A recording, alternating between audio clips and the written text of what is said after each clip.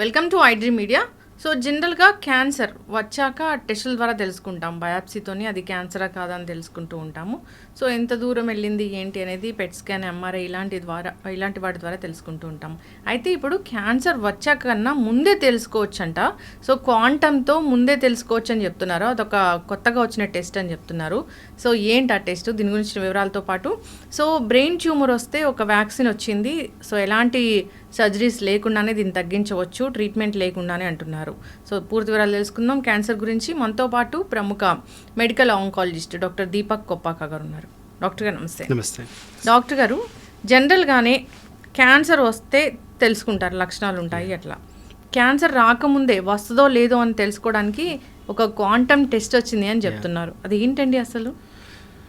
So cancer బాడీలో detect అయిన తర్వాత మనం యూజువల్గా PET scan or CT scan, MRI ఇలాంటి టెస్టుల ద్వారా ఏ సివియారిటీతో ఏ ఎక్స్టెంట్లో ఉంది అని తెలుసుకుంటాం. బయాప్సీ ద్వారా క్యాన్సర్ ఉందా లేదా అని తరచూ యూజ్ చేసే టెక్నాలజీస్ ఇవ్వండి. ఇవాళ రోజున చాలా కొత్త టెక్నాలజీస్ అందుబాటులో ఉన్నాయన్నమాట. లిక్విడ్ బయాప్సీ అని చెప్పి బ్లడ్కి సంబంధించిన బ్లడ్లో క్యాన్సర్కి సంబంధించిన కొన్ని ఆనవాళ్ళు సర్క్యులేట్ అవుతూ ఉంటాయి అన్నమాట. సో ఇవాళ రోజున బ్లడ్లో ఆ క్యాన్సర్ ఆనవాళ్ళని డిటెక్ట్ చేసి క్యాన్సర్ బాడీలో ఉందా లేదా అని తెలుసుకునే టెక్నాలజీస్ ఉన్నాయి.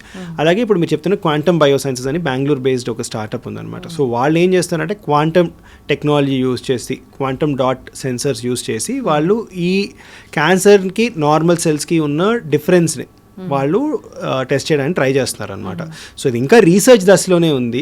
వాళ్ళకి ప్రూఫ్ ఆఫ్ కాన్సెప్ట్ స్టడీస్ కొన్ని చేస్తున్నారు. బట్ ఇది యాక్చువల్గా మనకి అందుబాటులోకి రావడానికి, దీని ద్వారా క్యాన్సర్ని ముందు డిటెక్ట్ చేయడానికి ఇంకా చాలా టైం పడుతుందండి. సో ఇవన్నీ ఎలా హెల్ప్ అవుతాయంటే దీంట్లో స్క్రీనింగ్ టెక్నిక్స్ అంటాం అనమాట. సో ఒక స్క్రీనింగ్ టెక్నిక్కి చాలా సెన్సిటివిటీ, స్పెసిఫిసిటీ అని కొన్ని పారామీటర్స్ అవి మీట్ అయ్యి ఫాల్స్ పాజిటివ్స్, ఫాల్స్ నెగిటివ్స్ ఎక్కువగా లేకుండా ఉండే టెక్నాలజీనే మనం రెగ్యులర్ ప్రాక్టీస్లో యూజ్ చేయడం జరుగుతుంది అనమాట. లైక్ ఇప్పుడు బ్రెస్ట్ క్యాన్సర్ అయింది అనుకోండి, దాంట్లో మ్యామోగ్రామ్ అని యూజ్ చేస్తాం అనమాట. దానికి చాలా హై స్పెసిఫిసిటీ ఉంటుంది. అలాగే గర్భసంచి ముఖద్వారం సర్వైకల్ క్యాన్సర్కి మనం Pap smear, HPV DNA analysis అని టెస్టులు చేసి ఇవి క్యాన్సర్ ఉన్నాయా లేదా ఈ ఆర్గన్స్లో అన్నది మనం గుర్తిస్తాం అనమాట. సో ఆ టెక్నాలజీ యూజ్ చేయడానికి చాలా క్లినికల్ ట్రయల్స్ అయ్యి, ఎపిడెమియాలజికల్ స్టడీస్ అయ్యి, అవి ఎంత సెన్సిటివ్గా ఉన్నాయి, ఎంత స్పెసిఫిక్గా ఉన్నాయి అని తెలుసుకున్న తర్వాతే అందుబాటులోకి వస్తాయి అనమాట. సో సిమిలర్గా ఈ క్వాంటమ్ టెక్నాలజీ ఏదైతే వాళ్ళు చెప్తున్నారో ప్రస్తుతానికి అది ఇంకా రీసెర్చ్ దశలోనే ఉంది. అది వ్యాలిడేట్ అయ్యి మన నార్మల్ పబ్లిక్కి అవైలబుల్ అవ్వడానికి ఇంకా చాలా టైం పడుతుంది అనమాట. టెక్నాలజీ కొత్తగా ఉంది, కానీ దీంట్లో ఈ టెస్ట్కి ఉన్న సెన్సిటివిటీ ఎంత, దీనికి ఉండే స్పెసిఫిసిటీ ఎంత, నిజంగా క్యాన్సర్ ఉన్న వాళ్ళలోనే ఇది డిటెక్ట్ చేస్తుందా, క్యాన్సర్ లేకుండా కొన్నిసార్లు బై మిస్టేక్ ఈ టెస్ట్కి ఉన్న ఇన్హెరెంట్ బయాసెస్ ఆర్ ఫ్లాస్ వల్ల వాళ్ళలో కూడా డిటెక్ట్ చేయడం జరుగుతుందా, డిటెక్ట్ చేసిన తర్వాత మనం ముందుకు ఎలా వెళ్ళాలి, ఇలాంటి చాలా ఇన్ఫర్మేషన్ రావాల్సి ఉందండి ఇంకా. సో టెక్నాలజీ ఉంది, కానీ ఈ టెక్నాలజీ ఎంతవరకు మనకి ప్రాక్టీస్కి వైబుల్ అవుతుంది, ఈ టెక్నాలజీకి ఎంత కరెక్ట్ ఆన్సర్ ఇచ్చే ఇది వ్యాలిడిటీ ఉంది అనేది ఇంకా మనం టెస్ట్లోనే ఉన్నాం అనమాట. ఇప్పుడు జనరల్గా ఈ టెస్ట్తో కాకుండా బ్లడ్ టెస్ట్తో కూడా క్యాన్సర్ వస్తో రాదో తెలుసుకోవచ్చా? సో అలాంటి టెస్ట్లు ఆల్రెడీ అందుబాటులో ఉన్నాయండి. ఇప్పుడు యూకేలో చాలా ట్రయల్స్ జరిగాయి అనమాట. ఒక సింపుల్ ఎగ్జాంపుల్ చెప్తాను. యూకేలో ఒక స్టడీ చేశారు. ఒక స్పూటం ద్వారా, ఉమ్ము ద్వారా వాళ్ళు పాలిజెనిక్ రిస్క్ స్కోర్ అని చెప్పేసి ఒక రిస్క్ స్కోర్ క్యాలిక్యులేట్ చేసి ప్రాస్టేట్ క్యాన్సర్ వస్తుందా రాదా అన్న స్టడీ చేశారనమాట. అది న్యూ ఇంగ్లాండ్ జర్నల్ ఆఫ్ మెడిసిన్లో కూడా పబ్లిష్ అయింది. దాంట్లో ఏం చేశారంటే నార్మల్ పబ్లిక్లో ఈ స్పూటం అనాలిసిస్ చేసి పాలిజెనిక్ రిస్క్ స్కోర్ హై ఉన్న వాళ్ళలో ఎంఆర్ఐ తీసి, ఎంఆర్ఐ ఆర్ రెగ్యులర్గా మనం యూస్ చేసే పిఎస్ఐ టెస్ట్ని వాళ్ళు చెక్ చేసి వాళ్ళు చూసింది ఏంటంటే పాలిజెనిక్ హై రిస్క్ స్కోర్ ఉన్న వాళ్ళలో ఎంఆర్ఐలో క్యాన్సర్ లేదు, కానీ బయోప్సీలో క్యాన్సర్ డిటెక్ట్ చేసే టెక్నాలజీ ఆ టెస్ట్ ద్వారా తెలిసిందనమాట. అంటే సింపుల్గా ఒక స్పూటం ఉమ్ములో వాళ్ళు ప్రాస్టేట్ గ్రంథిలో క్యాన్సర్ ఉందా లేదా అది ఇంకా ఎంఆర్ఐలో కనిపించిన దశలోనే గుర్తించడం జరిగిందనమాట. సో అలా మనకి బ్లడ్లో కూడా బాడీలో చాలా క్యాన్సర్స్ ఇవాళ రోజున క్యాన్సర్ పెరిగిన తర్వాత అది బ్లడ్ డ్రా చేసుకుంటుంది దాని గ్రోత్కి, దాని ఎగ్జిస్టెన్స్కి. ఆ టైంలో కొన్ని క్యాన్సర్ సంబంధించిన డిఎన్ఏ, క్యాన్సర్ సంబంధించిన కొన్ని కణాలు సర్క్యులేషన్లోకి వెళ్తాయి అన్నమాట. సో ఆ సర్క్యులేషన్లో ఉన్న ఆ సెల్స్ని డిటెక్ట్ చేసి దాని ద్వారా బాడీలో క్యాన్సర్ ఏర్పడిందా అన్నది ఇవాళ రోజున యాక్టివ్ రీసెర్చ్ డొమైన్లో ఉంది. అవి కూడా ఇంకా అందుబాటులో లేవండి, ఇంకా ఇవి స్టడీ రూపంలోనే ఉన్నాయన్నమాట. ఇవి ఇంకా వ్యాలిడేట్ అయ్యి మార్కెట్లోకి వచ్చి మన పేషెంట్స్ జనరల్ పబ్లిక్ అవైలబిలిటీ రావడానికి ఇంకొక 5 to 10 years పట్టే అవకాశాలు ఉన్నాయన్నమాట. బట్ అగైన్ ఈ ప్రతి టెస్ట్కి కొన్ని ఫాల్స్ పాజిటివ్స్ ఉంటాయి. ఎందుకు పాజిటివ్ వస్తుందంటే బాడీలో మనకి వైట్ సెల్స్ ఆర్ బాడీలో ఇమ్యూనిటీకి సంబంధించిన కొన్ని సెల్స్ రెగ్యులర్గా దాంట్లో డిఎన్ఏ చేంజెస్ జరుగుతూ ఉంటాయి అనమాట. ఆ డిఎన్ఏ చేంజెస్ కూడా బ్లడ్ సర్క్యులేషన్లో రావటం, దీన్ని చిప్స్ అంటాం అనమాట, క్లోనల్ హెమటోపాయిసిస్ ఆఫ్ ఇండిటర్మినేట్ సిగ్నిఫికెన్స్ అంటాం అనమాట. ఇలాంటి చిప్స్కి సంబంధించిన కొన్ని ఫాల్స్ డిఎన్ఏస్ వచ్చి అవి కూడా క్యాన్సర్ లాగా మనకి మిమిక్ అవుతాయి అనమాట. సో వీటిని నార్మల్ క్యాన్సర్ని ఇంకెలా డిఫరెన్షియేట్ చేయాలి అన్నది కూడా ఇంకా రీసెర్చ్ దశలోనే ఉంది. సో ఇవన్నీ అహెడ్ ఆఫ్ టైం ఉన్నాయి. ఇవాళ రోజున ఇవి ఉన్నాయి అని చెప్పి మనకు తెలియటం ఇంపార్టెంట్, కానీ ఇవి క్యాన్సర్ని ముందు డిటెక్ట్ చేస్తాయని ఇంకా ఫుల్ ప్రూఫ్ ఎవిడెన్స్ రాలేదు మనకి. క్యాన్సర్ ముందు డిటెక్ట్ చేయడానికి మనం జనరల్గా చేయాల్సిన టెస్టులు కొన్ని ఉన్నాయండి. అంటే ఇప్పుడు బ్రెస్ట్ క్యాన్సర్ ప్రపంచవ్యాప్తంగా, భారతదేశంలో కూడా మోస్ట్ కామన్ క్యాన్సర్ అనమాట. విమెన్లో ఈ బ్రెస్ట్ క్యాన్సర్కి ఆల్రెడీ మ్యామోగ్రామ్ అనే టెస్ట్ అందుబాటులో ఉంది మనకి. అన్ని డయాగ్నోస్టిక్ సెంటర్స్ పెద్ద పెద్ద డయాగ్నోస్టిక్ చైన్స్లో ఆల్రెడీ అందుబాటులో ఉన్నాయి అనమాట. సో 40 years పైబడిన వాళ్ళు ఖచ్చితంగా మ్యామోగ్రామ్ చేయించుకుంటే బ్రెస్ట్లో క్యాన్సర్ ఏర్పడే ముందు ఆల్మోస్ట్ 4 years or 5 years ముందే మనం డిటెక్ట్ చేయొచ్చు అనమాట. సో ఆల్రెడీ అందుబాటులో ఉన్నాయి. అలాగే సర్వైకల్ క్యాన్సర్ ఇంతకుముందు భారతదేశంలో 2013-15 సంవత్సరం ముందు వరకు భారతదేశంలో కామనెస్ట్ క్యాన్సర్ విమెన్లో ఏంటి అంటే సర్వైకల్ క్యాన్సర్ ఆర్ గర్భసంచి ముఖద్వారపు క్యాన్సర్. దానికి కూడా ఆల్రెడీ స్క్రీనింగ్ అందుబాటులో ఉందన్నమాట. ప్యాప్స్మియర్ అంటాం, హెచ్పివి డిఎన్ఏ అనాలిసిస్ అంటాం, ఇవి ఆల్రెడీ అందుబాటులో ఉన్నాయి. దీంట్లో కూడా ఏంటంటే క్యాన్సర్ ఏర్పడే ఆల్మోస్ట్ 5 to 8 years ముందే మనకి డిటెక్ట్ చేసే అవకాశాలు ఉన్నాయి అన్నమాట. అలా లంగ్ క్యాన్సర్ ఎవరికైతే పేషెంట్స్కి స్మోకింగ్ హిస్టరీ చాలా ఎక్కువగా ఉంటుందో, రోజుకి ఒక ప్యాకెట్ సిగరెట్ 20 years పై తాగిన వాళ్ళని, వాళ్ళు 50 years పైబడిన వాళ్ళకి లో డోస్ సిటీ స్కాన్ చేసి కూడా లంగ్ క్యాన్సర్ని మనం తొందరగా గుర్తించవచ్చు. దీనివల్ల lung cancer related death or మార్టాలిటీని ఆల్మోస్ట్ 20% తగ్గించవచ్చు అనమాట. అలా పెద్దపేక క్యాన్సర్కి కూడా ఉన్నాయి, ప్రాస్టేట్ క్యాన్సర్కి కూడా ఉన్నాయి అనమాట. సో ఇలా కొన్ని క్యాన్సర్స్ అంటే యాక్చువల్గా కామన్గా ఉండే క్యాన్సర్స్కి ఆల్రెడీ టెస్టులు అందుబాటులో ఉన్నాయి అనమాట. సో మనం ఈ కొత్త టెస్టుల కంటే ముందు ఈ టెస్టులు చేయించుకొని ఈ టెస్టులు చేసిన తర్వాత కూడా క్యాన్సర్ మిస్ అయితే ఈ క్వాంటమ్ డిటెక్షన్ మెథడ్స్ కానివ్వచ్చు, లిక్విడ్ బయోప్సిస్ కానివ్వచ్చు, అవి యూజ్ చేయొచ్చు అనమాట. అంటే బ్రెస్ట్ క్యాన్సర్ వస్తుందో రాదో ఒక 3-4 ఏళ్ల ముందే తెలుసుకోవడానికి అవునండి. ఇవి ఆల్రెడీ ఇప్పుడు జనరల్ ప్రాక్టీసెస్ ఎక్కడైతే ఎస్టాబ్లిష్ అయ్యి ఉన్నాయి, యూఎస్ కానివ్వండి, కెనడా కానివ్వండి, యూకే, జపాన్, సింగపూర్, ఇలాంటి దగ్గర 40 years పైబడిన వాళ్ళకి అది it is important that women are counselled and they do get this mammogram done అనమాట. ఇంకా మన దేశంలో టాటా మెమోరియల్ హాస్పిటల్ వీళ్ళు చేసిన స్టడీస్లో మనకి మ్యామోగ్రామ్స్ అందుబాటు లేని పక్షంలో clinical breast examination, cell breast examination, ultrasound అది ఎక్కువగా అందుబాటులో ఉంటుందన్నమాట. ఇవి చేసి కూడా క్యాన్సర్ని మనం ముందే గుర్తించవచ్చు అని చెప్పి జరుగుతుందన్నమాట. సో ఆల్రెడీ ఉన్నాయి, మనకి ఇంకా అవగాహన లేదు, మన జనరల్ పబ్లిక్కి తెలియడం చాలా ఇంపార్టెంట్ అనమాట. ప్యాప్స్మియర్ గర్భాశయ ముఖద్వార క్యాన్సర్ వస్తుందో రాదో 8 ఏళ్ల ముందే తెలుసుకోవచ్చు. సో గర్భసంచి ముఖద్వారపు క్యాన్సర్ 195 పైబడిన వాళ్ళకి 95% కంటే ఎక్కువ మందికి ఇది హెచ్పివి అని చెప్పి ఒక వైరల్ ఇన్ఫెక్షన్ వల్ల వస్తుందండి. సో ఈ వైరల్ ఇన్ఫెక్షన్ అందరికీ ఉంటుంది, కానీ చాలా మందికి బాడీలో ఇమ్యూనిటీ దీన్ని తొలగించేస్తుంది అనమాట. ఎవరికైతే రిపీటెడ్ ప్రెగ్నెన్సీ ఉంటుందో ఆర్ అన్హైజీనిక్ కండిషన్స్లో ఉంటారో ఆర్ మల్టిపుల్ సెక్స్ పార్ట్నర్స్ ఉంటారో వీళ్ళని ఏమైపోతుంది అంటే ఆ హెచ్పివి అన్నది ఆ సర్విక్స్లో రీటైన్ అయిపోయి, ఆ సర్విక్స్లో రీటైన్ అయిపోవటం వల్ల ఆ సర్విక్స్లో ఉండే లైనింగ్ మెంబ్రెయిన్ ఆ పొరని ఎఫెక్ట్ చేసి ఆ కణాలు మెల్లగా క్యాన్సర్ కింద మారుతాయి అన్నమాట. సో ముందు సర్వైకల్ ఇన్సిటు నియోప్లాజం అంటాం అనమాట. వీటిల్లో ఏంటి అంటే ఇంకా ఆ పొర పూర్తిగా క్యాన్సర్ కింద మారకుండా కొన్ని చెడ్డ కణాలు మాత్రమే చేరుతాయి అనమాట. అవి 3 దశల్లో అనమాట, CAN1, CAN2, CAN3. ఈ 3 దశలు అయిన తర్వాత ఆ మెంబ్రెయిన్ని బ్రీచ్ అయినప్పుడు క్యాన్సర్ కింద మారుతుంది అనమాట. సో CAN1లో ఆల్మోస్ట్ 190 మందికి అది రిజాల్వ్ అయిపోతుంది అసలు ఏం చేయకుండా. CAN2, CAN3లో క్యాన్సర్ కింద మారే అవకాశాలు ఎక్కువగా ఉంటాయి అనమాట. సో ఈ ప్యాప్స్మియర్ ద్వారా మనకి ఈ కణాలు ఏ మోతాదులో ఉన్నాయి, క్యాన్సర్ కింద ఉన్నాయా లేదా అనేది తెలుస్తుంది. హెచ్పివి పర్సిస్ట్ అయ్యి ఉందా లేదా, హెచ్పివి డిఎన్ఏ అనాలిసిస్ అంటాం అనమాట. అది 5 ఏళ్ళకి ఒకసారి చేసినా సరిపోతుందండి. ఈ ప్యాప్స్మియర్ హెచ్పివి డిఎన్ఏ అనాలిసిస్ 5 ఏళ్ళకి ఒకసారి చేసినా మనకి ఈ కణాలు క్యాన్సర్ కింద మారే అవకాశాలు ఉన్నాయా లేదా తెలుస్తుంది అనమాట. సో ఆల్రెడీ టెక్నాలజీ అందుబాటులో ఉంది, కానీ జనాలు రెగ్యులర్గా హెల్త్ చెకప్స్కి వెళ్ళినప్పుడు విమెన్ పర్టికులర్గా మ్యామోగ్రామ్ ఒకటి, ఈ ప్యాప్స్మియర్ అన్నది హెచ్పివి డిఎన్ఏ అనాలిసిస్తో చేయించుకుంటాం మంచిది. డాక్టర్ గారు చాలా చక్కగా చెప్పారు. అయితే లంగ్ క్యాన్సర్ని కూడా ముందుగానే డిటెక్ట్ చేయొచ్చు. సో లంగ్ క్యాన్సర్ అన్నది ఇవాళ రోజున ప్రపంచంలో 100లో 2/3 లంగ్ క్యాన్సర్స్ అనేది స్మోకర్స్లోనే వస్తాయండి. ఈ స్మోకింగ్ హిస్టరీ హెవీగా ఉన్న వాళ్ళల్లో మనకి లో డోస్ సిటీ స్కాన్ వాడుతూ మనం లంగ్ క్యాన్సర్ని డిటెక్ట్ చేసే అవకాశాలు ఉన్నాయి, కానీ అందరికి కాదండి. స్మోకింగ్ హెవీగా చేసేవాళ్ళకి, అంటే రోజుకి ఒక ప్యాకెట్ ఆఫ్ సిగరెట్ తాగుతూ అది 20 years పై కంటిన్యూస్గా తాగుతున్న వాళ్ళలో, వాళ్ళు 50 years ఏజ్ గ్రూప్లో కనుక ఉంటే 50 or 55 years పైబడిన వాళ్ళకి ఇలా యాన్యువల్ లోడో సిటీ స్కాన్ యూజ్ చేసి మనం క్యాన్సర్ని గుర్తించే అవకాశాలు ఉన్నాయన్నమాట. వస్తుందో రాదో వస్తుందో రాదో. ఏ క్యాన్సర్ ఏర్పడాలన్నా బాడీలో ఒక చిన్న కంతి రూపంలో మొదలవుతుందండి. సో ఈ లోడో సిటీ స్కాన్ చేయడం వల్ల ఊపిరితిత్తుల్లో అలాంటి కంతులు ఏమైనా ఉన్నాయా లేదా అన్నది తెలుసుకునే అవకాశాలు ఉన్నాయి. ఆ కంతి ఎలా ఉంది, దాని సైజ్ ఎంత, అది ఏ డైరెక్షన్లో పెరుగుతుంది, అది సాలిడ్గా ఉందా, సెమీ సాలిడ్గా ఉందా అన్నది సిటీ స్కాన్ ద్వారా తెలుస్తుంది అనమాట. దీంట్లోనే ఒక చాలా ప్రైమ్ ఎగ్జాంపుల్ ఏంటంటే రీసెంట్గా దీన్నే ఏఐ యూజ్ చేస్తూ ఈ సిటీ స్కాన్, ఒక సిటీ స్కాన్ తీసి ఏఐ టెక్నాలజీ యూజ్ చేస్తూ దీనివల్ల క్యాన్సర్ కింద ఈ కంత మారే అవకాశాలు ఎంత ఉన్నాయి అని డిటెక్ట్ చేసే టెక్నాలజీ అందుబాటులో ఉందన్నమాట. సో వీళ్ళలో ఏంటి అంటే ఆల్మోస్ట్ నెక్స్ట్ 6 years పాటు ఒక సిటీ స్కాన్ చేస్తే 6 ఏళ్ల తర్వాత వీళ్ళకి క్యాన్సర్ వచ్చే రిస్క్ ఉందా లేదా అన్నది ఏఐ టెక్నాలజీ మనకి డీసెంట్ సెన్సిటివిటీ స్పెసిఫిసిటీతో చెప్పగలుగుతుంది అనమాట. కానీ ఇంకా రిపీటెడ్ స్కాన్స్ చేయటం వల్ల, దాంట్లో ఏ టెక్నాలజీ యూజ్ చేయటం వల్ల మనకి ఇంకా బెటర్ ఆన్సర్స్ వచ్చే అవకాశాలు ఉన్నాయన్నమాట. కానీ అందుబాటులో ఉన్న టెక్నాలజీస్ చాలా క్యాన్సర్స్ని డిటెక్ట్ చేసే అవకాశం ఉన్నాయి. సో ఊపిరితిత్తుల క్యాన్సర్, బ్రెస్ట్ క్యాన్సర్ అనేది ప్రపంచవ్యాప్తంగా కామనెస్ట్ క్యాన్సర్స్ అనమాట. సో యాక్చువల్గా యూఎస్లో స్టడీ ఒకటి చేసిన దాంట్లో ఏంటంటే ఊపిరితిత్తుల క్యాన్సర్ వల్ల వచ్చి చనిపోయిన సంఖ్య తీసుకుంటే నెక్స్ట్ 4 క్యాన్సర్ల వల్ల వచ్చి చనిపోయే సంఖ్యతో పోలిస్తే ఊపిరితిత్తుల క్యాన్సర్ ఒక్కదాని వల్ల వచ్చి చనిపోయే జనాభా ఎక్కువగా ఉందన్నమాట. సో అంత సివియర్ డిసీజ్, అంత సీరియస్ డిసీజ్ అనమాట. ఎందుకు ఊపిరితిత్తుల క్యాన్సర్ని మనం తొందరగా గుర్తించలేము అంటే ఊపిరితిత్తులు అనేది చాలా పెద్ద ఆర్గన్ అనమాట. దీంట్లో వచ్చే చిన్న చిన్న కంతుల్ని మనం డిటెక్ట్ చేయలేం, దానివల్ల పేషెంట్స్కి ఎటువంటి ఇబ్బంది రాదు. ఎప్పుడైతే ఈ కంత పెరిగి పక్కనున్న అవయవాలకు స్ప్రెడ్ అవటమో, లేదంటే అక్కడ పక్కనున్న ఆర్గన్స్ని కనుక డ్యామేజ్ చేయటం జరుగుతుందో, ఆర్ బాగా పెద్దగా గాలి తీసుకోవడానికి ఇబ్బంది అవటం, దగ్గు రావడం జరుగుతుందో అప్పుడే టెస్టులు చేయిస్తారనమాట.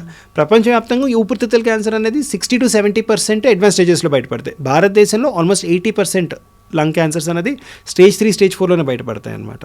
సో అలాంటి పేషెంట్స్లో ప్రాబబ్లీ ఈ ఏఐ ఆర్ లిక్విడ్ బయోప్సీస్ కానివ్వండి, క్వాంటమ్ టెక్నాలజీస్ కానీ హెల్ప్ అయ్యే అవకాశాలు ఉన్నాయన్నమాట. ఓకే డాక్టర్ గారు, ఇంకా జనరల్గా ఈ లంగ్ క్యాన్సర్ ఒకటి మనం తొందరగా గుర్తించలేము అంటారు. ఇంకా ఏ ఏ క్యాన్సర్స్ని మనం త్వరగా గుర్తించలేము అంటే తయారైంది, ట్యూమర్ ఉంది, అయినా మనకి లక్షణాలు కనపడలేదు అని ఏ ఉంటాయి అసలు? సో యాక్చువల్లీ చాలా క్యాన్సర్స్ మనకి అడ్వాన్స్ స్టేజెస్లో బయటపడతాయండి. సో క్యాన్సర్ అంటే ఏంటి అంటే, క్యాన్సర్ అంటే బాడీలో కొన్ని కణితులు లిమిట్ దాటి పెరగటం, అవి వేరే అవయవాలకు పాగటాన్ని మనం క్యాన్సర్ అంటాం అనమాట. సో ఇన్హెరెంట్గా మన బాడీలోనే ఏర్పడుతున్నాయి కాబట్టి ఇవి తెలుసుకుంటానికి కొంచెం టైం పడుతుంది అనమాట. సో కామన్గా విమెన్లో ఓవర్లుక్ చేసేది, మీ స్క్రీనింగ్ అవన్నీ చేయించుకుని ఓవర్లుక్ చేసేది ఏంటంటే ఓవేరియన్ క్యాన్సర్. దీంట్లో ఏమవుతుంది అంటే ఓవరీస్ నుంచి క్యాన్సర్ ఏర్పడుతుంది. కడుపులో ఉన్న పొర పెరిటోనియం మొమెంటంకి స్ప్రెడ్ అయ్యి నీరు చేరటం, దానివల్ల క్రమేణా ఆకలి తగ్గిపోవటం, కడుపులో నీరు చేరటం, యూరినరీ ప్రాబ్లమ్స్ రావటం, బౌల్ హ్యాబిట్స్ మారటం జరిగి దాని తీవ్రంగా మారిన తర్వాత హాస్పిటల్ ప్రెజెంట్ అవుతారు అనమాట. స్టమక్ క్యాన్సర్ సిమిలర్గా స్టమక్ లోపల కూడా క్యాన్సర్స్ ఏర్పడే అవకాశాలు ఉన్నాయి. అవి ఏమవుతాయి అంటే మెల్లగా కడుపులో అలా పెరిగి పెరిగి పెరిగి ఆహారం తీసుకునే లెవెల్ తగ్గిపోతుంది అనమాట. సడన్గా ఆకలి తగ్గిపోవటం, కొంచెం తిన్న కడుపు నిండినట్టు అయిపోవటం, తిన్న తర్వాత వామిటింగ్స్ అవటం, ఇలాంటి ప్రెజెంటేషన్స్తో పేషెంట్స్ ఎప్పుడైతే మా దగ్గరికి వస్తారో అప్పటికే రోగం చాలా తీవ్రంగా మారే అవకాశాలు ఉన్నాయన్నమాట. సో చాలా క్యాన్సర్స్ ఇలాగే ప్రజెంట్ అవుతాయి అనమాట. అందుకనే మేము పేషెంట్స్ చెప్పేది ఏంటంటే, మీరు ఎటువంటి యాక్టివ్ ఇంటర్వెన్షన్ లేకుండా, మీరు ఏమీ చేయకపోయినా బరువు తగ్గుతున్నా, కొంచెం తిన్నా కడుపు నిండిపోయినట్టు అవుతున్నా, లేదంటే బౌల్ హ్యాబిట్స్ ఏ చేంజ్ లేకుండా, డైట్లో ఏం ఫిజికల్ యాక్టివిటీ చేంజెస్ లేకుండా బౌల్ హ్యాబిట్స్ మారిన, అంటే విరోచనాలు ఎక్కువైపోవటం, అలా కొన్ని రోజులు మరి కాన్స్టిపేషన్ ఎక్కువ అవటం, ఆర్ స్టూల్లో కన్సిస్టెన్సీ మారటం, దాంట్లో బ్లడ్ రావటం, ఇలాంటి ఇబ్బందులు ఉంటే నెగ్లెక్ట్ చేయకుండా ముందు డాక్టర్ని సంప్రదించాల్సిన అవసరం చాలా ఉందన్నమాట. ఇవి నెగ్లెక్ట్ చేసే కొద్దీ బాడీలో ఇవి పెరిగి బాడీ మనకి ఇస్తున్న సైన్స్ని మనం ఓవర్లుక్ చేయటం వల్ల ఇవి తీవ్రంగా మారే అవకాశాలు చాలా ఉన్నాయి అన్నమాట. ఇప్పుడు జనరల్గా క్యాన్సర్ ఏ అవయవానికి వచ్చినా కానీ ఒక లక్షణం ఉంటుంది, గుర్తుపట్టవచ్చు అంటే ఒక్కొక్క ఆర్గాన్కి సంబంధించిన ఇబ్బంది అలా ఉంటుందండి. ఇప్పుడు నోట్లో చాలా రోజులు 2-3 వారాలు పైబడి అల్సర్ ఉండదు, హీల్ అవ్వకుండా అది మెల్లగా గట్టిగా అయిపోయి నోరు తెరవడానికి ఇబ్బంది అవ్వటం ఖచ్చితంగా డాక్టర్ని సంప్రదించాల్సిన ఒక ఇండికేషన్ అనమాట. సిమిలర్గా సడన్గా వాయిస్ మారింది, ఏం చేంజ్ లేకుండా, జలుబు దగ్గు లేకుండా వాయిస్ మారింది, ఇది కూడా వెళ్ళి డాక్టర్ని సంప్రదించాల్సిన అవసరం. వాయిస్ మారితే కూడా సడన్గా ఏమీ లేకుండా, జలుబు దగ్గు ఏమీ లేకుండా సడన్గా హోర్స్నెస్ ఆఫ్ వాయిస్ అంటాం అనమాట. ఆ వోకల్ కార్డ్స్కి వచ్చే నరం, లెఫ్ట్ సైడ్ వోకల్ కార్డ్కి వచ్చే నరం ఇక్కడ మొదలై కిందకి వెళ్ళి యూటర్న్ తీసుకొని పైకి వచ్చి ఆ ఆర్గానికి సప్లై చేస్తుంది అనమాట. సో ఊపిరితిత్తుల్లో ఏమైనా ప్రాబ్లం ఉంది, ఆర్ అక్కడ లింఫ్ నోడ్స్ కట్టే, ట్యూబర్క్లోసిస్ వల్ల కూడా అవ్వచ్చు, క్యాన్సర్ అనే కాదు, ట్యూబర్క్లోసిస్ వల్ల కూడా ఇక్కడ లింఫ్ నోడ్స్ ఏర్పడి ఈ నరాన్ని డ్యామేజ్ చేయొచ్చు. సో సడన్గా ఏం ఎక్స్ప్లెనేషన్ లేకుండా వాయిస్ ఎందుకు మారుతుందండి? జలుబు చేసిందంటే అర్థం చేసుకోవచ్చు, ఏమీ లేకుండా వాయిస్ ఎందుకు మారుతుంది. అలాంటివి ఏమైనా ఉంటే నెగ్లెక్ట్ చేయకూడదు. దగ్గు వస్తుంది, 3 వారాలు పైబడి 4 వారాలు పైబడి దగ్గు వస్తుంది, దాంట్లో కళ్ళు పడుతుంది, రక్తం కనిపిస్తుంది, నెగ్లెక్ట్ చేయకూడదు సిమ్టమ్స్ అనమాట. ఏ ఎక్స్ప్రెషన్ లేకుండా ఆకలి తగ్గిపోయింది, వాంతులు అవుతున్నాయి రిపీటెడ్గా, కొంచెం తిన్న కడుపు నిండినట్టు అవుతుంది, ఖచ్చితంగా డాక్టర్ని సంప్రదించాల్సిన అవసరం. ఇవన్నీ క్యాన్సర్కి లక్షణాలని కాదు, బాడీలో ఏదో ఒక ప్రాబ్లం ఉంది, అల్సర్ అవ్వచ్చు కడుపు లోపల, ఏదో ఒక ప్రాబ్లం, దానికి మేనిఫెస్టేషన్స్ ఇస్తుంది, బాడీ సిగ్నల్స్ ఇస్తుంది. మనం దాన్ని ఓవర్లుక్ చేయకుండా డాక్టర్ని సంప్రదించాల్సిన అవసరం చాలా ఉంది. ఓకే, అయితే లివర్ క్యాన్సర్ని కూడా ముందుగానే డిటెక్ట్ చేయొచ్చా? సో లివర్ క్యాన్సర్ అనేది చాలా ట్రిక్కీ అండి. సో లివర్లో క్యాన్సర్ ఎలా ఏర్పడుతుంది? లివర్కి ఒక ప్రత్యేకమైన నేచర్ ఉంటుందండి. మనం సగం లివర్ తీసేసిన మనిషికి మిగిలిన లివర్ రీజనరేట్ అవుతుంది, అది లివర్కి ఉన్న బేసిక్ ప్రాపర్టీ. కానీ ఈ లివర్కి కాన్స్టెంట్ డ్యామేజెస్ అవుతున్నాయి. ఎలాంటి డ్యామేజెస్? ఆల్కహాల్ తీసుకుంటాం వల్ల. ఆల్కహాల్ అనేది లివరే మెటబలైజ్ చేసి బయటకు పంపించాలన్నమాట. సో ఈ ఆల్కహాల్ తీసుకుంటాం వల్ల లివర్ సెల్స్ ఇంజ్యూర్ అవుతాయి. Or viral infection, hepatitis B, hepatitis C, ఇలాంటి ఇన్ఫెక్షన్ లివర్ లోపల ఉండిపోవటం వల్ల ఈ వైరస్ రిపీటెడ్గా లివర్ని డ్యామేజ్ చేస్తూ ఉంటుంది. అండ్ ఇవాళ రోజున చాలా పెద్ద ప్రాబ్లమ్ ఫ్యాటీ లివర్. ఎవరైతే ఒబీస్గా ఉంటారో ఆర్ మెటబాలిక్ డిజార్డర్స్ ఉంటాయో వాళ్ళలో లివర్ లోపల ఫ్యాట్ డిపాజిట్ అవటం వల్ల ఈ ఫ్యాట్ కూడా రిపీటెడ్గా లివర్ సెల్స్ని ఇంజూర్ చేస్తూ ఉంటాయి. ఐటీ పీపుల్లో 80% ఆఫ్ ద ఐటీ పీపుల్ ఈ ఫ్యాటీ లివర్తో ఇబ్బంది పడుతున్నారు. ఎగ్జాక్ట్లీ. సో వీళ్ళలో ఏమైపోతుందంటే లివర్కి ఇన్హెరెంట్గా దాన్ని తాను రిపేర్ చేసుకొని రీజనరేట్ అయ్యే కెపాసిటీ ఉంటుంది. కానీ ఇలా క్రానిక్గా రిపీటెడ్గా లివర్కి ఇంజురీ అవ్వటం వల్ల ఈ రిపేర్ మెకానిజమ్స్, ఈ రీజనరేషన్ మెకానిజం అబ్నార్మల్ కింద మారి క్యాన్సర్ కింద మారుతాయి అనమాట. ఒక రోజులో కావండి ఇవి రిపీటెడ్ ఇన్సల్ట్స్ అవ్వటం వల్ల ఈ లివర్ మెల్లగా సిరోటిక్ కింద మారిపోతుంది అనమాట. లివర్ డ్యామేజ్ని సిరోసిస్ అంటాం అనమాట. ఆ సిరోసిస్ రావటం వల్ల ఏమిటి, ఒకవైపు ఏమో డ్యామేజ్ అవుతూ ఉంటుంది, ఒకవైపు ఏమో లివర్ రీజనరేట్ అవుతానికి ట్రై చేస్తూ ఉంటుంది. ఈ డ్యామేజ్ రిపేర్ రీజనరేషన్ ప్రాసెస్లో ఎక్కడో మిస్ఫైర్ అయిపోయి కణాలు చెడ్డ కణాల కింద మారి క్యాన్సర్ కింద ఏర్పడతాయి అన్నమాట. సో చాలామంది సిరోసిస్ని నెగ్లెక్ట్ చేస్తారు, క్యాన్సర్ వరకు రారు, అసలు సిరోసిస్ని నెగ్లెక్ట్ చేస్తారు. ఆ సిరోసిస్ క్రమేణా అలా డ్యామేజ్ చేసి చేసి చేసి క్యాన్సర్ కింద మారుతుంది అనమాట. ఇది ఒక రోజులో అయ్యేది కాదు, ఇది చాలా రోజుల పాటు జరిగిన డ్యామేజ్ వల్ల లివర్లో క్యాన్సర్ ఏర్పడుతుంది అనమాట. అది ఏర్పడిన తర్వాత ఏమైపోతుంది, ఒకవైపు లివర్ సిరోసిస్ వల్ల డ్యామేజ్ అవుతుంది, ఇంకొకటి క్యాన్సర్ ఏర్పడటం వల్ల ఉన్న లివర్ లోపల ఉన్న కొన్ని మంచి కణాలు కూడా క్యాన్సర్ కింద మారిపోవటం వల్ల చాలా ఫాస్ట్గా డిటీరియేట్ అవుతారు అనమాట. సో లివర్లో క్యాన్సర్ ఏర్పడి పేషెంట్ ప్రెజెంట్ అయ్యేటప్పటికల్లా చాలా లేట్ స్టేజ్లోనే మనకు తెలుస్తుంది. తొందరగా ఎలా తెలుసుకోవాలంటే రెగ్యులర్గా హెల్త్ స్క్రీనింగ్ చేస్తున్నప్పుడు ఫ్యాటీ లివర్ కానివ్వండి, ఇవాళ రోజున ఫ్యాటీ లివర్కి ఇండికేషన్ లేదు కానీ హెపటైటిస్ బి, హెపటైటిస్ సి పేషెంట్స్కి రెగ్యులర్గా అట్లీస్ట్ 3 to 6 month ఇంటర్వెల్లో అల్ట్రాసౌండ్ చేయించుకొని లివర్లో ఎలాంటి మార్పులు వస్తున్నాయి, సిరోసిస్ ఎలా వర్సన్ అవుతుంది, సిరోసిస్లో నాడ్యూల్స్ ఎలా మారుతున్నాయి అనేది రెగ్యులర్గా చెక్ చేసుకుంటాం. ఆల్రెడీ రికమెండేషన్లో ఉందన్నమాట. కానీ నాష్ ఆర్ ఎవరైతే state hepatitis, non alcoholic state hepatitis అంటే ఫ్యాటీ లివర్ వల్ల వచ్చే లివర్ డ్యామేజ్ వాళ్ళకి ఇంకా గైడ్లైన్స్ లేవు, రీసెర్చ్ వెళ్తుంది ఆ డైరెక్షన్లో. వీళ్ళకి కూడా ఎలా స్క్రీన్ చేస్తే మనం క్యాన్సర్ ఏర్పడకుండా లివర్ని కాపాడుకోగలటం అనేది తెలుస్తుంది అనమాట. వీటన్నిటికంటే ముందు అట్లీస్ట్ ఆల్కహాల్ ఇంకా ఫ్యాటీ లివర్ ఇవి మనం అవాయిడ్ చేసి వీటికి దూరంగా ఉంటే మనం లివర్ని కాపాడుకునే వాళ్ళం అవుతాం అనమాట. ఇప్పుడు బ్రెయిన్ ట్యూమర్కి వ్యాక్సిన్ వచ్చింది అని చెప్తున్నారు, అది ఏంటి డాక్టర్ గారు? సో వ్యాక్సిన్స్ అన్నవి క్యాన్సర్లో చాలా రోజుల నుంచి ఆల్రెడీ ఉన్నాయండి. సింపుల్ ఎగ్జాంపుల్ గర్భసంచి ముఖద్వారపు క్యాన్సర్, లివర్ క్యాన్సర్ ఇందాక మనం మాట్లాడుకున్నట్టు ఇవి 2 వైరస్ వల్ల వచ్చే క్యాన్సర్స్ అనమాట. వీటిలో ఆల్రెడీ వ్యాక్సిన్స్ అందుబాటులో ఉన్నాయి. ఇవాళ రోజున Indian government 2 years back bill కూడా పాస్ చేసింది, ఈ వ్యాక్సిన్ మనకి ఇండియన్ ఇమ్యూనైజేషన్ ప్రోగ్రాంలో ఇంకాపరేట్ చేయాలని. ఈ వ్యాక్సిన్స్ వాడటం వల్ల బాడీలో వైరస్ ఎఫెక్ట్ రాకుండా, దానివల్ల క్యాన్సర్ ఏర్పడకుండా ఆల్రెడీ వ్యాక్సిన్స్ అందుబాటులో ఉన్నాయి. ఇదే టెక్నాలజీని యూజ్ చేస్తూ బాడీలో ఆల్రెడీ ఏర్పడిన క్యాన్సర్స్ని వ్యాక్సిన్స్ ద్వారా తొలగించవచ్చా అన్న రీసెర్చ్ యాక్టివ్గా జరుగుతుందండి. చాలా క్యాన్సర్స్లో ఇవి ఆల్రెడీ ప్రాస్టేట్ క్యాన్సర్లో కావచ్చు, లంగ్ క్యాన్సర్లో కావచ్చు ఇవి వాడటం జరిగింది. ఇవి చాలా సందర్భాల్లో phase 3 క్లినికల్ ట్రయల్స్కి వచ్చేటప్పటికల్లా ఫెయిల్ అయ్యాయి అనమాట. సో వ్యాక్సిన్స్ వల్ల అంత బెనిఫిట్ లేదు అని చెప్పి చాలా క్యాన్సర్స్లో ఆల్రెడీ వాళ్ళు ఎస్టాబ్లిష్ చేశారనమాట. కానీ కొన్ని రకాల క్యాన్సర్స్లో లైక్ బ్లాడర్ క్యాన్సర్ ఇంకా మెలనోమాలో ఈ వ్యాక్సిన్స్ని కొంచెం జెనెటిక్గా మాడిఫై చేసి బయో ఇంజనీరింగ్ టెక్నాలజీ ద్వారా ఈ వ్యాక్సిన్స్ని మాడిఫై చేసి యూజ్ చేయటం వల్ల ఈ క్యాన్సర్స్ తగ్గాయి. సో స్కిన్ లీజన్స్, మెలనోమా అని ఒక స్కిన్ క్యాన్సర్లో స్కిన్ లీజన్ లోపల ఈ వైరల్ వ్యాక్సిన్స్ని ఇంజెక్ట్ చేయటం వల్ల క్యాన్సర్స్ తగ్గటం ఆల్రెడీ చూపించారు. బ్లాడర్ క్యాన్సర్లో కూడా ఇంకా అడ్వాన్స్ స్టేజెస్లో లేకుండా బ్లాడర్లో నాన్ మజిల్ ఇన్వేసివ్ స్టేజ్లో ఉన్నప్పుడు ఈ వ్యాక్సిన్స్ యూజ్ చేయడం వల్ల క్యాన్సర్ తగ్గుతుంది అని చెప్పి ఆల్రెడీ ఎస్టాబ్లిష్ అయ్యారు. కానీ బ్రెయిన్ ట్యూమర్లో ఇది ఇంకా ర్యాట్ ఎక్స్పెరిమెంట్స్లోనే ఉందండి. వీళ్ళు ఏం చేశారంటే mRNA వ్యాక్సిన్ యూజ్ చేస్తూ ఈ బ్రెయిన్ ట్యూమర్లో మౌస్లో గ్లయోబ్లాస్టోమా ని ఇండ్యూస్ చేసి ఈ వ్యాక్సిన్ ఇంజెక్ట్ చేసి దాన్ని తగ్గించడం జరిగిందనమాట. సో అది చూసిన తర్వాత హ్యూమన్ ట్రయల్స్లో దాన్ని ఆల్రెడీ ఇంట్రడ్యూస్ చేస్తున్నారు. సిమిలర్గా రష్యాలో కూడా వ్యాక్సిన్స్ యూజ్ చేస్తున్నారని చెప్పారనమాట. సో రష్యన్ వ్యాక్సిన్స్ ఏంటి అంటే ట్యూమర్కి సంబంధించిన కొన్ని యాంటీజెన్స్ని వాళ్ళు ఆర్టిఫిషియల్ ఇంటెలిజెన్స్ ద్వారా ఐడెంటిఫై చేసి దానికి సంబంధించిన టైట్రేటెడ్ mRNA వ్యాక్సిన్స్ యూజ్ చేసి దీనివల్ల క్యాన్సర్ తగ్గుతుంది అన్న ఒక హైపోథసిస్ని వాళ్ళు మళ్ళీ ర్యాట్ ఎక్స్పెరిమెంట్స్, ఈ ప్రీ క్లినికల్ ఎక్స్పెరిమెంట్స్ అంటాం అనమాట, వాటిలో స్టడీ చేశారు. ఇప్పుడు హ్యూమన్ ఎక్స్పెరిమెంట్స్కి వచ్చాయండి. వీటి సక్సెస్ రేట్ ఎలా ఉంటుంది అనేది మనకి హ్యూమన్ క్లినికల్ ట్రయల్స్ అయిన తర్వాత తెలుస్తుంది. ఇవి అందుబాటులో ఉన్నాయా అంటే లేవు. ఎలా అందుబాటులో ఉంటాయంటే క్లినికల్ ట్రయల్లో మీరు పార్టిసిపేట్ చేస్తే ఆ క్లినికల్ ట్రయల్ ద్వారా మనకి ఈ మందులు అందుబాటులో ఉన్నాయి తప్ప రెగ్యులర్ యూస్కి ఇంకా ఇవి లేవండి. ఓకే, అయితే క్యాన్సర్ వచ్చింది అని తెలిసినప్పుడు వాళ్ళకి ట్రీట్మెంట్ అంటే మందులతోనా, సర్జరీతోనా, ఇంకా రేడియేషన్తోనా, ఎలా డాక్టర్ గారు? సో ఇది ఎలా ఉంటుందంటే ఒక్కొక్క ఆర్గన్కి ఒక్కొక్క ట్రీట్మెంట్ చేస్తామండి. సో అది దేని బట్టి ఉంటుంది అంటే లోకల్గా ట్యూమర్ తిరిగి వస్తుందా, లేదంటే వేరే అవయవాల్లో తిరిగి వస్తుందా, ఆ ఆర్గన్ని మనం తీసేయటం వల్ల ఫంక్షనాలిటీ, మనిషి క్యాన్సర్ని జయించిన తర్వాత తను రెగ్యులర్లు పని చేసుకోగలుగుతాడా లేదా అన్న చాలా ఫ్యాక్టర్స్ని కన్సిడర్ చేసుకొని మనం ట్రీట్మెంట్ ఇవ్వడం జరుగుతుంది అనమాట. సో చాలా క్యాన్సర్స్ ఏంటంటే లోకల్గా చాలా తీవ్రంగా ఉండటం వల్ల వాళ్ళు సర్జరీ అన్న ఆప్షన్ ప్రిఫర్ చేస్తాం అనమాట. కొంతమందికి ఏమైపోతుందంటే ఇప్పుడు థ్రోట్లో వచ్చే క్యాన్సర్ సర్జరీ చేయాలంటే పేషెంట్కి ఈ ఆర్గన్ తీసేయాలి, దానివల్ల మాట రావడానికి ఉండదు, పేషెంట్ ఆహారం తీసుకోవడానికి కష్టం అవుతుంది. సో వీటిలో ఆర్గన్ ప్రిజర్వేషన్ స్ట్రాటజీస్ యూజ్ చేయటం, వీళ్ళలో రేడియేషన్ యూజ్ చేయడం చాలా కామన్గా చేస్తాం అనమాట. లైక్ సర్విక్స్, గర్భసంచి ముఖద్వార క్యాన్సర్ కానివ్వండి, వీటిల్లో ఆర్గన్ ప్రిజర్వ్ చేయడం కోసం మనం రేడియేషన్ అనే టెక్నాలజీ వాడతాం.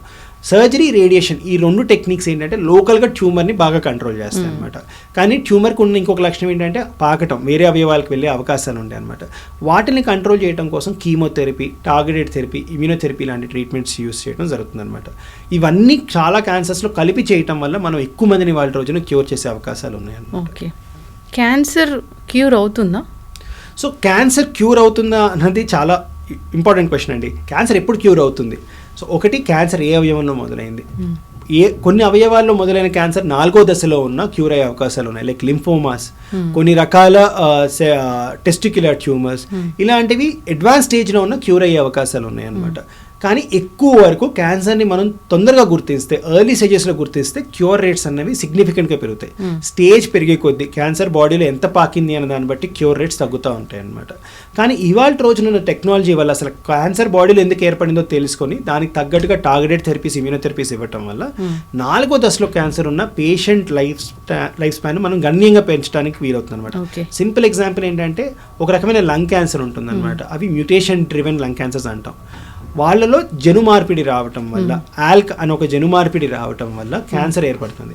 వీళ్ళలో జస్ట్ ఒక టాబ్లెట్ యూజ్ చేయడం వల్ల పేషెంట్ లైఫ్ స్పాన్ ఆ టాబ్లెట్ మీద ఆల్మోస్ట్ 7-8 years ఉంటుంది. సింపుల్గా మనకి ఒకప్పుడు హైపర్ టెన్షన్కి, డయాబెటీస్కి ఇలాగే మొదలైందనమాట ట్రీట్మెంట్. సో ఒకప్పుడు డయాబెటీస్ వచ్చింది అంటే పేషెంట్ చనిపోతారు అనుకున్నప్పుడు వాళ్ళకి ఇన్సులిన్ అని ఒక మందు అందుబాటులో రావటం, దాని తర్వాత అవి టాబ్లెట్స్ రూపంలో వేరే మందులు రావటం వల్ల వాళ్ళ రోజున diabetic patients life span normal అయిపోయింది. క్యాన్సర్ కూడా రాను వాళ్ళ రోజున టెక్నాలజీస్ కరెక్ట్గా డెవలప్ అవుతుంటే, ఇప్పుడున్న టెక్నాలజీ కన్నా కరెక్ట్ ట్రాజెక్టరీలో వెళ్తే మాత్రం క్యాన్సర్ కూడా ఒక క్రానిక్ డిసీజ్ కింద మారే అవకాశాలు చాలా ఉన్నాయి. అవి అడ్వాన్స్ స్టేజ్లో డయాగ్నోస్ అయితే. అదే ఎర్లీ స్టేజెస్లో డయాగ్నోస్ అయితే చాలా తక్కువ ట్రీట్మెంట్స్తో, అంటే ఒక 3 to 6 months ట్రీట్మెంట్స్తోనే మనం పూర్తిగా క్యూర్ చేసే అవకాశాలు ఉన్నాయి అన్నమాట. ఓకే, ఒకసారి క్యాన్సర్ వచ్చింది, ఒక ఆర్గాన్కి క్యాన్సర్ వచ్చింది, ట్రీట్మెంట్ తీసుకున్నారు, తగ్గిపోయింది, మళ్ళీ వచ్చే అవకాశం ఉంటుందా? సో మళ్ళీ వచ్చే అవకాశాలు ఉంటాయండి. అది ఏ స్టేజ్లో డయాగ్నైజ్ అయింది అన్న దాన్ని బట్టి తిరిగి వచ్చే అవకాశాలు ఏంటి అనేది తెలుస్తుంది అనమాట. అడ్వాన్స్ స్టేజ్లో డయాగ్నైజ్ అయితే తిరిగి వచ్చే అవకాశాలు పెరుగుతాయి. ఎర్లీ స్టేజ్లో డయాగ్నైజ్ అయితే తిరిగి వచ్చే అవకాశాలు తక్కువగా ఉంటాయి అనమాట. చాలా మంది పేషెంట్స్ మమ్మల్ని అడిగేది తిరిగి రాకుండా మేము ఏం చేయాలి. సో వీటికి ఏంటి అంటే ఖచ్చితంగా ట్రీట్మెంట్ అయిపోయింది అన్నంత మాత్రాన డాక్టర్ దగ్గరికి వెళ్ళకూడదని కాదండి. రెగ్యులర్ పీరియాడికల్ ఇంటర్వెల్స్లో డాక్టర్ దగ్గరికి వెళ్తే తిరిగి వస్తుందా రావట్లేదా అన్నది తొందరగా డయాగ్నోస్ చేసే అవకాశాలు ఉన్నాయన్నమాట. తొందరగా డయాగ్నోస్ చేస్తే మళ్ళీ క్యూరేటివ్ ట్రీట్మెంట్ ఇంట్రడ్యూస్ చేసి మళ్ళీ క్యాన్సర్ని బాడీలో వేరే అవయవాలకు స్ప్రెడ్ అవ్వకముందే మనం తీసే అవకాశాలు చాలా ఉన్నాయన్నమాట. రీసెంట్గా ఒక నెల కిందట NEJMలో ఇంకొక ఆర్టికల్ వచ్చిందండి. Colon cancer patient surgery, chemotherapy అయిపోయిన వాళ్ళలో ఫిజికల్గా యాక్టివ్గా ఉండటం, ఒక 2 years పాటు ఒక స్ట్రక్చర్డ్ ఫిజికల్ యాక్టివిటీ ప్రోగ్రామ్లో పేషెంట్స్ ఎన్రోల్ చేశారు. కొంతమందికి రెగ్యులర్గా లైఫ్ స్టైల్ లీడ్ చేయమని చెప్పారు అనమాట. ఎవరైతే స్ట్రక్చర్డ్ ఫిజికల్ యాక్టివిటీ చేశారో వాళ్ళలో క్యాన్సర్ రికరెన్స్ రిస్క్ ఆల్మోస్ట్ 30% తగ్గుతుంది అనమాట. సో ట్రీట్మెంట్ అయిపోయిన తర్వాత దిస్ ఇస్ అన్ ఆపర్చునిటీ పేషెంట్స్కి కూడా ఇప్పుడు హెల్దీ లైఫ్ స్టైల్ లీడ్ చేయడానికి, అంటే మంచి ఫుడ్ తీసుకుంటూ రెగ్యులర్గా ఫిజికల్ యాక్టివిటీ మీద ఫోకస్ చేస్తూ ఆల్కహాల్, స్మోకింగ్ లాంటి సబ్స్టెన్స్ అబ్యూస్కి దూరంగా ఉంటే మనం క్యాన్సర్ రికరెన్స్ రిస్క్ని గణనీయంగా తగ్గించుకోవచ్చు అనమాట. సో ఆల్మోస్ట్ ఒక ట్రీట్మెంట్ ఇవ్వటం వల్ల క్యాన్సర్ రిస్క్ 30% తగ్గుతుంది. ఆ ట్రీట్మెంట్ లాంటి అవసరాలు ఏమీ లేకుండా రెగ్యులర్గా ఫిజికల్గా యాక్టివ్గా ఉంటేనే క్యాన్సర్ రిస్క్ 30% తగ్గడం అనేది ఫినామినల్ అండి. ఫర్ ద ఫస్ట్ టైం ఇది ప్రూవ్ అయింది అనమాట క్లినికల్ ట్రయల్ ద్వారా, phase 3 క్లినికల్ ట్రయల్ ద్వారా ఇది ప్రూవ్ అయింది. సో క్యాన్సర్ ట్రీట్మెంట్ అయిపోయిన తర్వాత హెల్దీ లైఫ్ స్టైల్కి ఎంత తొందరగా వెళ్తే అంత మంచిది. ఆ హెల్దీ లైఫ్ స్టైల్ని కన్సిస్టెంట్గా పాటిస్తూ ఉంటే మన క్యాన్సర్ తిరిగి వచ్చే అవకాశాలు గణనీయంగా తగ్గుతాయి. ఎట్లా ఉంటుంది డాక్టర్ గారు హెల్దీ లైఫ్ స్టైల్ అంటే? సో హెల్దీ లైఫ్ స్టైల్ అంటే first it starts with diet అండి. సో మళ్ళీ చాలా క్యాన్సర్స్లో మనకు తెలిసింది ఏంటి అంటే రెడ్ మీట్ అవాయిడ్ చేయాలి, ఫైబర్ కంటైనింగ్ డైట్ ఎక్కువగా తీసుకోవాలి, వెజిటబుల్స్ ఎక్కువగా తీసుకోవాలి, కార్బ్ రెస్ట్రిక్షన్ ఉండాలి, అండ్ హై ప్రోటీన్ డైట్ తీసుకోవాలి. ఇలాంటిది చాలా చాలా ఇంపార్టెంట్ అనమాట. అండ్ సబ్స్టెన్స్ అబ్యూస్కి, ఆల్కహాల్కి కానీ సిగరెట్కి కానీ it's better that they totally avoid after this. దీనికి హెల్ప్ తీసుకోవడం చాలా అవసరం అనమాట. నెక్స్ట్ వచ్చేసి physical activity. So structured physical activity. So ఇప్పుడే క్యాన్సర్ ట్రీట్మెంట్ అయిపోయిన పేషెంట్స్కి రేపు మీరు 10,000 స్టెప్స్ స్టార్ట్ చేయాలంటే వాళ్ళ వల్ల కాదు. వాళ్ళు ఇంకా ట్రీట్మెంట్ రిలేటెడ్ సైడ్ ఎఫెక్ట్స్ నుంచి రికవర్ అవుతూ ఉంటారు అనమాట. సో వాళ్ళకి light or mild physical activity చేయడం చాలా ఇంపార్టెంట్ అనమాట. క్రమేణా ఒక 2-3 months తర్వాత ఫిజికల్ యాక్టివిటీ నుంచి light or moderate mild physical activity అంటే రోజు ఇంట్లో చేసే పనులు చేయటం, బేసిక్ కుకింగ్ చేయటము, కొంచెం డస్టింగ్ చేయటము, కొంచెం వాక్ చేయటము, అంటే చెమట పట్టకుండా ఫాస్ట్గా మాట్లాడుతూ చేయగల పనులని మనం light or mild physical activity అంటాం అనమాట. ఇది చేస్తూ ఒక 2-3 months తర్వాత మోడరేట్ ఫిజికల్ యాక్టివిటీకి రావడం ఇంపార్టెంట్ అనమాట. మోడరేట్ ఫిజికల్ యాక్టివిటీ అంటే బ్రిస్క్ వాక్ చేయటం, అట్లీస్ట్ ఒక 45 minutes to 1 hour brisk walk చేయటం. అంటే చెమట లాస్ట్ చేసే కొద్దీ పట్టే దాన్ని మనం మోడరేట్ ఫిజికల్ యాక్టివిటీ అంటాం అనమాట. ఆర్ మాట్లాడుతూ చేయగలిగిన యాక్టివిటీ, కానీ గట్టిగా మాట్లాడలేము ఆర్ పాట పాడలేము, ఆ ఎక్స్టెంట్ ఆఫ్ ఫిజికల్ యాక్టివిటీని మోడరేట్ అంటాం అనమాట. ఈ మోడరేట్ ఫిజికల్ యాక్టివిటీ అనేది వారానికి కనీసం 150 to 300 minutes చేయాలి.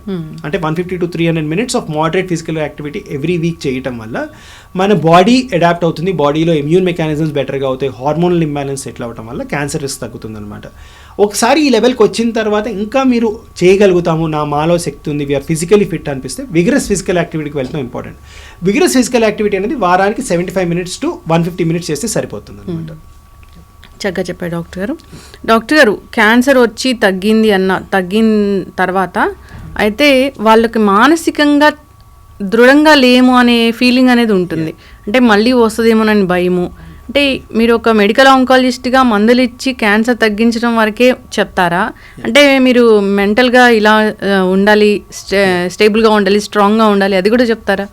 సో మెడికల్ ఆంకాలజిస్ట్ అంటే యాక్చువల్గా పేషెంట్స్ ట్రీట్మెంట్స్ అయిపోయిన తర్వాత ఫాలోఅప్ కూడా మా కిందే ఉంటారండి, because physicians by profession. So వాళ్ళందరికీ చెప్పేది ఏంటంటే ట్రీట్మెంట్ ఒక భాగం అండ్ చాలా ఇంపార్టెంట్ భాగం వాళ్ళ లైఫ్లో.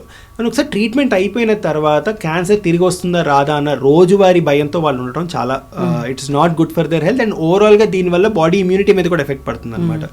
వాళ్ళకి ఇంతకుముందు మేము పెద్ద చెప్పడానికి ఆప్షన్స్ ఉండేవి కాదు. ఇవాళ రోజున ఎవిడెన్స్ కూడా ఉండటం వల్ల వీళ్ళకి చెప్తుంది ఏంటి అంటే క్యాన్సర్ ట్రీట్మెంట్ అయిపోయింది అంటే ఒక మేజర్ హర్డిల్ని వాళ్ళు క్రాస్ చేశారు. కానీ దీని తర్వాత ఈ ఆపర్చునిటీని వాళ్ళు తీసుకొని హెల్దీ లైఫ్ స్టైల్ వైపు వెళ్తే క్యాన్సర్ రిస్క్ తగ్గుతుంది అని చెప్పి. సో వాళ్ళకు కూడా ఏంటి అంటే ఇంత ట్రీట్మెంట్ నాకు మా ఇంట్లో వాళ్ళు తీసుకొచ్చి ఇప్పించారు, ఈ డాక్టర్స్ ఇచ్చారు, నర్సెస్ ఇచ్చారు, కానీ మేము పార్టిసిపేట్ ఎంత చేయగలిగాము దీంట్లోనే ట్రీట్మెంట్ తట్టుకుంటాం వల్లే మా పార్టిసిపేషన్ అటు ఉంటుంది అనమాట.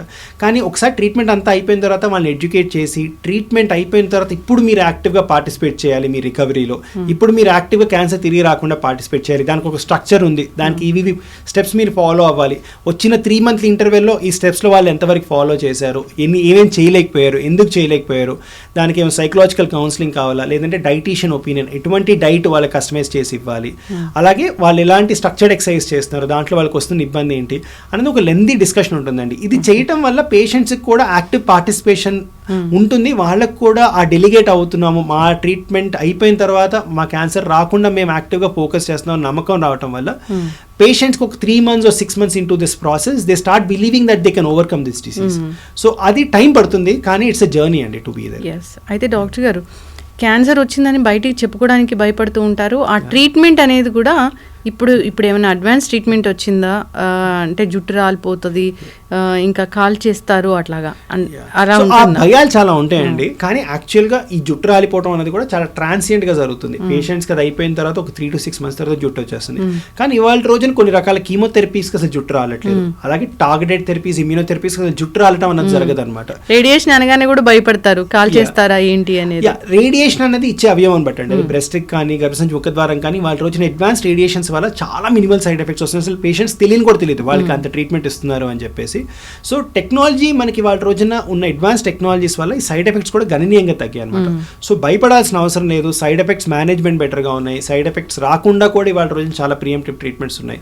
ధైర్యంగా ట్రీట్మెంట్ తీసుకుని ట్రీట్మెంట్ అయిపోయిన తర్వాత హెల్దీ లైఫ్ స్టైల్కి వస్తే చాలా ఈజీగా ఉండబోతుందండి. యంగ్స్టర్స్ ఎవరైనా పెళ్లిగా వాళ్ళకి క్యాన్సర్ వచ్చింది అన్నప్పుడు తగ్గిపోయిన తర్వాత వాళ్ళు నార్మల్ లైఫ్ లీడ్ చేయొచ్చు డాక్టర్ గారు? అవునండి. యంగ్స్టర్స్కి చాలా ఇంపార్టెంట్ అండి. Young and adolescent and young అడల్ట్స్కి క్యాన్సర్ ట్రీట్మెంట్స్ చేసే ముందు కొన్ని జాగ్రత్తలు తీసుకున్నాం. లైక్ స్పర్మ్ ప్రిజర్వేషన్, దాని తర్వాత ఓమం ప్రిజర్వేషన్ అని చెప్పేసి ఈ క్రయో ప్రిజర్వేషన్ టెక్నాలజీస్ యూస్ చేసుకుంటూ అవన్నీ ప్రిజర్వ్ చేసిన తర్వాత ట్రీట్మెంట్ అయిపోయిన తర్వాత they are usually back to their normal life. And మేము కొన్ని బ్లడ్ క్యాన్సర్ ట్రీట్ చేసిన పేషెంట్స్ రికవర్ అయిపోయి నార్మల్ అయిపోయి వాళ్ళు డాక్టర్స్ ఎంబీబీఎస్ కోర్స్ పర్సూ చేస్తున్న వాళ్ళు కూడా చాలామంది ఉన్నారనమాట. So it is most often that they come back to their normal life. వీళ్ళు హెల్తీగా ఉంటారు, వీళ్ళ బోన్ మ్యారో రిజర్వ్స్ ఇవి బాగుంటాయి కాబట్టి ట్రీట్మెంట్ బాగా టాలరేట్ చేసి ట్రీట్మెంట్ నుంచి క్యూర్ అయ్యే అవకాశాలు వీళ్ళలో చాలా ఎక్కువగా ఉంటుంది అనమాట. ఇప్పుడు మేల్ ఒక 40 వచ్చింది, ఫీమేల్ ఒక 40 వచ్చారు అన్నప్పుడు సో ఖచ్చితంగా వెళ్ళి అన్నట్లు ఇప్పుడు గర్భాశయ ముఖ ద్వారా క్యాన్సర్ టెస్ట్ ఫీమేల్లో అయితే అట్లా, బ్రెస్ట్ క్యాన్సర్కి సంబంధించి మ్యామోగ్రామ్ ఇలాంటి టెస్టులతో పాటు మేల్లో ఏముంటాయి డాక్టర్ గారు? సో మేల్లో 45 years తర్వాత కొలనోస్కోపీ అని ఒక టెస్ట్ చేయటం వల్ల పెద్ద పేగుకు సంబంధించిన క్యాన్సర్ గుర్తించవచ్చండి. యాక్టివ్ స్మోకింగ్ హిస్టరీ కనుకుంటే 50 years తర్వాత లోడో సిటీ స్కాన్ చేసి ఊపిరితిత్తుల క్యాన్సర్ని గుర్తించవచ్చు. 55 years తర్వాత పిఎస్ఏ అనే టెస్ట్ చేసి ప్రాస్టేట్ క్యాన్సర్ని గుర్తించవచ్చు అనమాట. సో ఇవి కామన్గా మేల్లో వచ్చే క్యాన్సర్స్ అనమాట.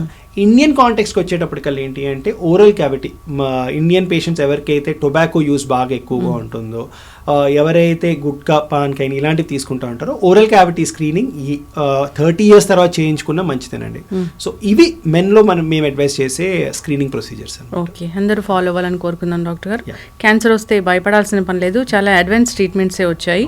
ట్రీట్మెంట్ కూడా అంటే అన్నట్లుగా రేడియేషన్ అంటే ఇలా ఉంటుంది, కాల్ చేస్తారు, కీమోథెరపీ అంటే జుట్టు రాలిపోతుంది, అలాంటిది భయపడాల్సిన పని అయితే లేదు. అడ్వాన్స్ ట్రీట్మెంట్స్ అయితే వచ్చాయి.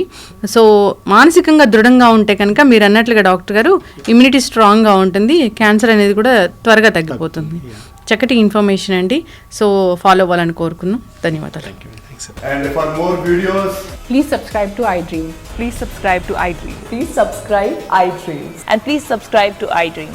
For more videos, subscribe to iDream. please like, share and subscribe to the channel. Congratulations, iDream. subscribe to iDream. Subscribe to iDream. So subscribe to iDream Media. iDream ki iDream team అందరికి huge congratulations. Please subscribe iDream Media. Please subscribe to iDream. Subscribe iDream. Please subscribe to iDream. iDream అంటే నా కళల ఛానల్ను subscribe చేసుకున్న నోరు తిరుగుతలేదు, మీరైతే గంట గుర్తు కొట్టండి. For more such videos, please subscribe to iDream.